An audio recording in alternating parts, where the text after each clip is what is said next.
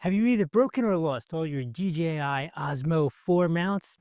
That was me. I broke mine doing an RC car test and I needed to replace it, so I decided to upgrade from the stock GoPro. I did a little research, found this K&F concept, and this is not sponsored, bought this myself, and I thought it'd be really cool to try it out. So what do you say we try it out? Let me show you how I'm going to use it, and then let's see if we can't break it also. So inside actually comes with some accessories. So it comes with a helmet mount clip.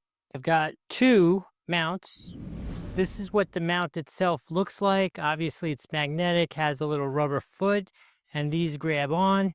Interestingly, these ears don't fold down. Some of these models, these ears fold down, and there's a quarter 20 attachment there. Let's make sure it instantly fits up perfectly, like it jumped onto it. Let's see. Get on there. Obviously, I have this protective housing because I beat the snot out of this thing. So, yeah, it's not coming off. There we go. How about that?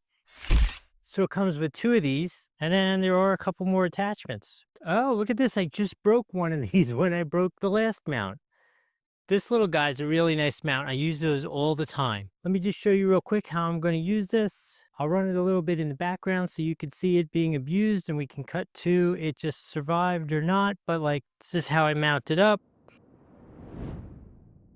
Put it on the tripod, and I put it on in harm's way in front of the RC cars. I get some great shots and I break a lot of equipment. So you're seeing it run in the background. Obviously, I did not break it. Otherwise, I wouldn't come back here and tell you it is still alive. But yeah, this is something that I think the fact that it's a 2-pack, it's a simplified version without the folding ears. Hopefully that'll make it even more durable. Comes with these extra attachments. I don't think you could go wrong with it. I hope this was helpful. We'll see you in the next video.